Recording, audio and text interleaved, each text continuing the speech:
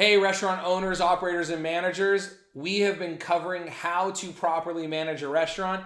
In this video, we're going to talk about developing your people.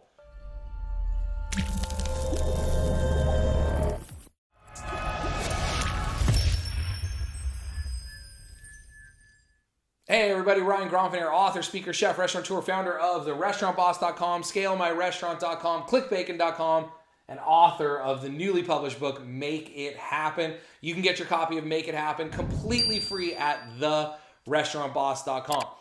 So today we're going to cover developing your people as part of this How to Properly Manage a Restaurant series.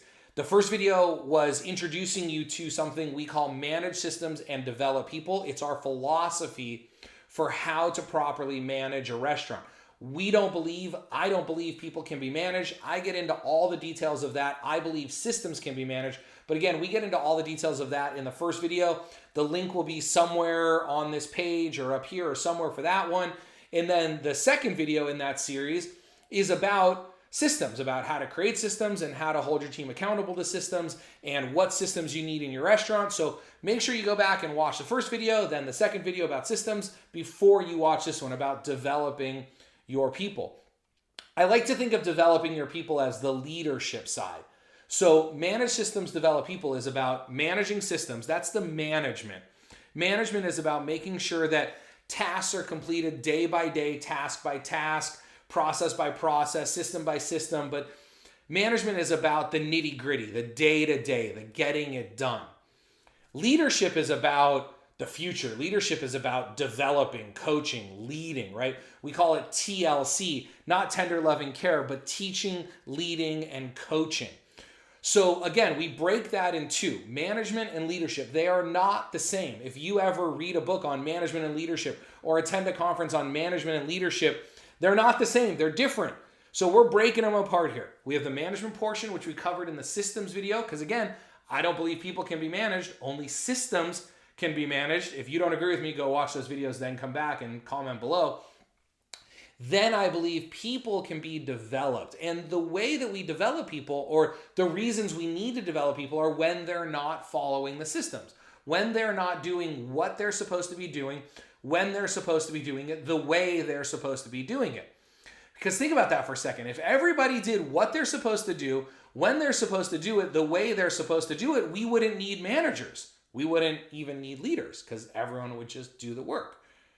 But people don't, and that's okay. Your kid doesn't brush their teeth every day. We have to remind them to brush their teeth, but you don't love them any less for it. So instead of getting angry about needing to coach your team, instead of getting angry about needing to be a leader, instead of getting angry about reminding your team to do things over and over again, reminding them to follow the systems, reminding them to follow the checklist, reminding them by checking in on the checklist, embrace this as your job as the coach, as the leader.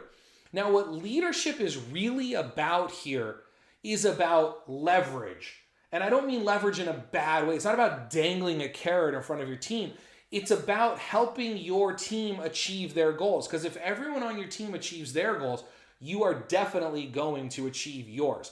So before we get into how we do that, the first thing I want to cover here, there's 3 reasons why people don't do what they're supposed to do, how they're supposed to do it, when they're supposed to do it. Those 3 reasons are: 1, they're not capable; 2, they don't know how; 3, they don't see the value in it. Let's cover 1, they're not capable. I don't really want to get into too much of the detail here, but certain people are just not capable of doing certain things. I'm never going to be a mathematician. I'm never going to be a statistician. I'm never going to be a horse jockey. I'm too big for that. I'm not capable of riding a horse to win a Triple Crown. I'm not very good at math. So while I'm good enough, I'm never going to be an electrical engineer or a mechanical engineer or any kind of math required field. It's just not what I was built for. Certain people on your team just shouldn't be in the positions they're in. And if they are, you got to make those changes, but let's not get into that today. The second reason is they don't know how. That's just simple training. Now, here's the catchy part about they don't know how. Most people won't admit to you that they don't know how. They'll tell you that they're going to do it tomorrow. They'll make an excuse for why they didn't do. They'll say they're going to do better. But the reason they're not doing something is they don't know how. And if they tell you, hey, I don't know how to do that, or I'm not good at that, I need help, in their mind, they're saying, I'm not the right person for the position, you should find someone else. So good people will lie to you and not tell you that they don't know how or that they need help with something to protect their job, to protect their safety. So this is for you to dig into a little deeper and find out, are they not doing something because they're just not capable? No training in the world is going to fix that. Are they not doing something because they genuinely don't know how? Which, if you follow my 5-step training process, and we'll link that somewhere up here for you, if you follow my 5-step training process, we're going to eliminate 1 and 2, because during the training, we're going to know that they're capable of doing it, and we're going to know that they know how, because they're going to sign off and they will have been tested on every process. So really, what we end up with is the third reason: they don't see the value in it. If someone on your team is capable and knows how to do something, but they're not doing what they're supposed to do, when they're supposed to do it, how they're supposed to do it, they simply don't see the value in it. They will tell you that they see the value in it. For example, if you talk to a cook that has a station that's a little dirty and you say, hey, do you think it's important to keep your station clean? They're going to say yes, of course they are. But their actions are showing you something different. We don't lead people based on their words. We lead people based on their actions. Actions speak louder than words. We've heard that a million times. So just asking someone if they think something is important isn't what we're after here. What we're after here is actually changing the behavior. The only way you're going to change someone's behavior is to have leverage. Again, this isn't about dangling a carrot. When I do this with leverage, what I mean is like a ratchet set, or like when you're changing the lug nut on a tire. If you just tried to use your fingers, you can't move that lug nut. But you go and you get a stainless steel rod that's 2 feet long and you can torque on that lug nut, no problem. That's leverage. You're using the length of the rod to increase the power. So when I do this, when I say leverage, what we need to find is, how do we get leverage over this person? Again, not in a dangling the carrot, not in a bad way, but in a good way. Everybody on your team wants more. They want more money, they want more freedom, they want a better schedule, they want more security for their family, they want more security for themselves, they want to drive a nicer car. Not even a fancy car, just something that maybe is nicer than what they have. They want to live in a nicer house, they want to live in a safer neighborhood, they want to be able to buy more toys or more gifts or spoil their children a little bit more. They want to be able to go to the grocery store and buy groceries without having to look at their phone to see how much money is in their bank account. I had a manager that I was working with tell me that. She said, I just want to make a little more money. So at the end of the week, when I go to the grocery store to buy groceries for my family, for my kids, I don't have to check to see how much money is in my bank account. I can just buy groceries. And she's not even talking about buying filet mignon, just buying groceries. Everybody on your team wants more. They may not share with you what that more is. So the first thing to great coaching, great leadership, great developing of people is to find out what your team wants, have the conversations with them, and then teach them that their habits, their values are not matching their goals. Show them how, if they make some of these changes, they can achieve their goals. If they keep a cleaner station, if they follow their checklist, if they cook the food as per recipe, if they do all of these things better, you're going to want to pay them more money because they're doing a better job. And if you pay them more money, they're going to be able to get more of the things that they want in their life, whatever those are. Maybe they want to work different days of the week. Well, you're going to allow your best cooks to have a little more flexibility in their schedule than other people. So again, you're probably sitting here watching this going, Ryan, yeah, this all sounds great, but it doesn't work. No, it does work. It doesn't work every time. And it doesn't need to work every time. You don't need to train or develop every person on your team to be a rock star. Let the cream rise to the top. You can lead a horse to water, you can't make it drink. Your goal is not to take every person on your team and make them amazing. But if you can successfully change 1 out of 10 or 1 out of 20, that's all you need. You only need a couple of rock stars on your team. But also, the more rock stars you have, the more rock stars you're going to attract.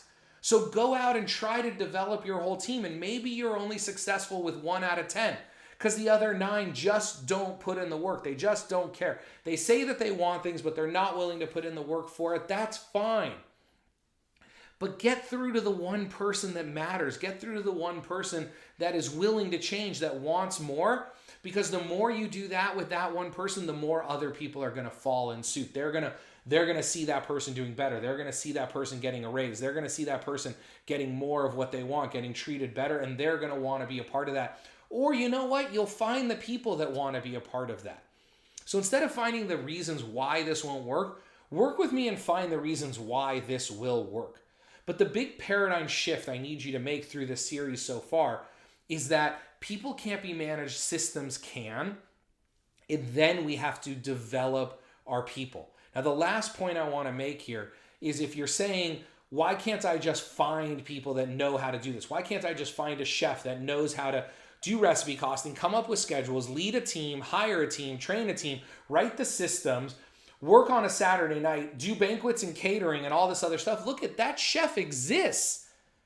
That chef exists in the world. But the question you have to ask yourself, is that chef willing to work for you for what you're willing to pay? And if the answer to that is no, then instead of trying to find the talented person, take someone who's a little more raw, take someone who's a little more rough around the edges, take someone who doesn't quite have all those skills and develop them in that person, and they will be very loyal to you for a very long time.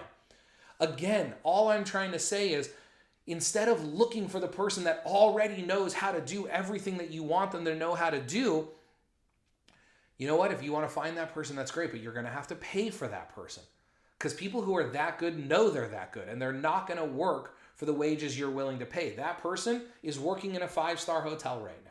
There is a chef out there right now who is everything you've ever wanted in a chef, and they're making $200,000 a year working in a 5-star hotel. Now, if you're willing to pay that, you can probably go recruit that person. But if you're not, you're going to have to develop your people. You're going to have to lead them.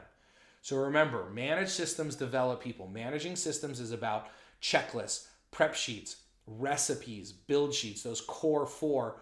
And then developing people is about taking people who are capable of doing things, showing them how to do it, and then when they fall off the bus a little bit, when they waver a little bit, coaching them and leading them by finding out what it is that they want, not what you want. People don't respond to your needs, they respond to their own needs. Finding out what it is that they want and then showing them how adjusting this behavior, changing their value set is going to help them achieve their goals. I hope you enjoyed this week's video, and I look forward to bringing you many more just like it. Again, please, if you haven't subscribed to my YouTube channel, click that subscribe button.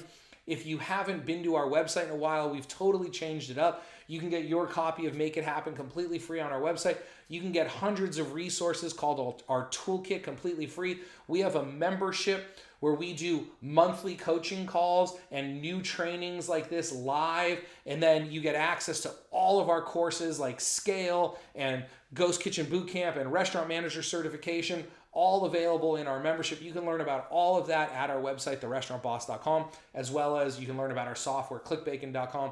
But for now, before I say goodbye, remember, systems create freedom, freedom creates value, and value creates scale. I love every single one of you crazy restaurant people, and I can't wait to bring you another great video just like this next week. Have an amazing day. Bye-bye. I hope you enjoyed this week's training video. If you haven't subscribed to our channel yet, would you go ahead and smash the like button right up there so you can get notified every week when we release a new free training video. I've also gone ahead and put a couple of videos for you here and here that I think you're going to enjoy. Remember, systems create freedom. Freedom creates value, and value creates scale. Manage systems, develop people, and be awesome.